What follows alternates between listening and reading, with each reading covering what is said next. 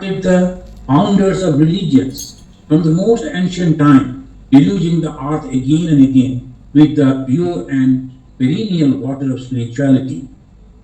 Hence, from India have proceeded the tidal waves of philosophy that has covered the earth east, west, north, south. From India must start the way which will spiritualize the material civilization of the world. Believe me, my friends, this is going to be তারপরেই বললেন এবার কেন্দ্র ভারতবর্ষ।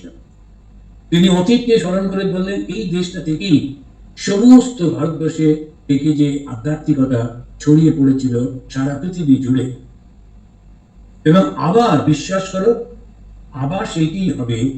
ভারতবর্ষ যখনই পৃথিবীর সঙ্গে সংযুক্ত হয়েছে, যে গিফট ভারতবর্ষ দিয়েছে সেটা হলো আধ্যাত্মিকতা।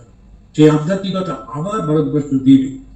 Believe me my friends, this is going to be এবার কেন্দ্র ভারতবর্ষ। আমার মনে পড়ে ছোটবেলায় আমরা স্কুলে গাইতাম, সবাই গাইতাম এবং গায়ে খুব কাঁটা দিত, আনন্দ লাগতো। বলো বলো বলো সবে শত বিনা বেনু রবে, ভারত আবার জগৎ সবাই শ্রেষ্ঠ আসন রবে। কিন্তু কেমন করে